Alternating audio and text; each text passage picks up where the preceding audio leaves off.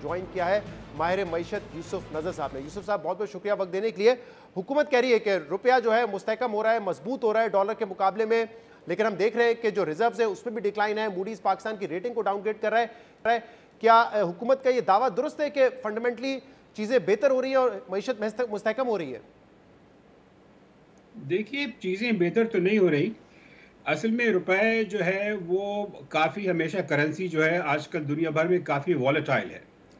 पाकिस्तान में ये हुआ है कि पिछले कुछ हफ्ते में 10 दिन में ये खबरें आई हैं कि एशियन डेवलपमेंट बैंक और वर्ल्ड बैंक जो है, जो फ्लड्स के बाद सूरत हाल पैदा हुई है, इसमें तकरीबन $4.5 बिलियन देगा।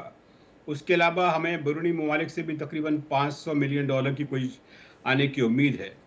तो रुपए जो है इस वक्त इसको रिस्पॉन्ड कर रहा है। दूसरा फैक्टर ये है कि 21 सितंबर के बाद जो है आलमी मंडी में तेल की कीमतों में कमी वाक़ हुई है, जो अब ट्रेंड जो है रिवर्स हो रहा है। तो उन दो चीज़ों को देखते हुए थोड़ा सेंटिमेंट जो इम्प्रूव हुआ, जिसको मार्केट ने रिस्पॉन्ड किया है। लेकिन ये मेरे ख़्याल से एक चीज़ जो है टेम्परेरी इफ़ेक्ट है, इसलिए कि जो फ्लड्स के बाद जो सूरत हाल पैदा हुई है, उसमें नुकसानात का जो तखमीना लगाया गया है $30 बिलियन का, और अभी तक इस बात की कोई आसार नहीं है कि हमें इस बड़े स्केल पे कोई मदद मिल सकती है। इसीलिए मूडी ने अपनी रिपोर्ट में ये कहा है कि जो रीस्ट्रक्चरिंग है डेट, उसका बहुत इम्कान है, और उन्होंने ये भी कहा है कि जो पाकिस्तान के बॉन्ड्स हैं वो भी इसमें शामिल हो सकते हैं। तो मेरे ख्याल से ये जो ऑप्टिमिज्म है ये थोड़ा प्रीमेच्योर है। और जो दूसरी चीज़ें हैं, जो सबसे ज़्यादा जो अहम बात है पाकिस्तान के लिहाज से, वो ये कि ऑयल की प्राइस जो है अब जो $80 से भी ज़रा कम हो गई थी कुछ दिनों पहले, वो अब $95 पे वापस आ गई है। और अगर ऑयल प्राइसेस इस तरह ही आगे बढ़ती रहती हैं, जो ओपेक ने जो प्रोडक्शन कट्स का ऐलान किया है, उसके बाद जो है मेरे ख़्याल से अगर ये $100 के करीब या उससे ऊपर जाती है, तो यकीनन ये पाकिस्तान के लिए मज़ीद मुश्किलात पैदा कर सकता है।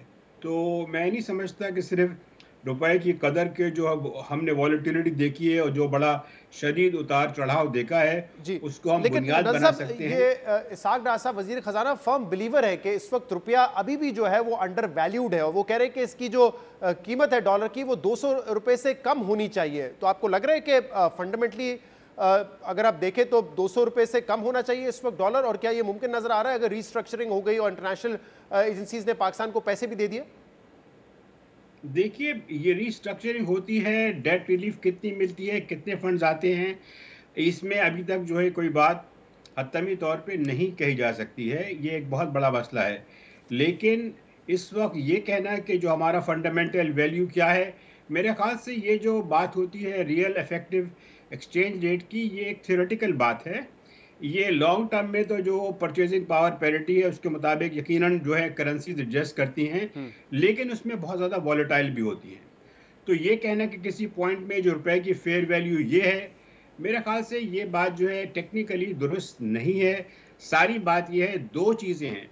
एक तो ऑयल की प्राइस किस तरफ जाती है, दूसरे पाकिस्तान को कितनी इमदाद मिलती है, या जो इंटरनेशनल डोनर्स हैं वो कितनी रिलीफ देते हैं। इसलिए कि ये बात तो क्लियर है कि पाकिस्तान इस वक्त जो उसकी साख, जो उसकी क्रेडिट रेटिंग है, उसकी बुनियाद पर इंटरनेशनल मार्केट से फंड्स रेज नहीं कर सकता है। जी, तो जो जो बुनियादी वजह है नेगेटिव रेटिंग की वो यही है कि आप जो है पाकिस्तान जो है उस वक्त अपनी फंड्स रेज नहीं कर सकता है।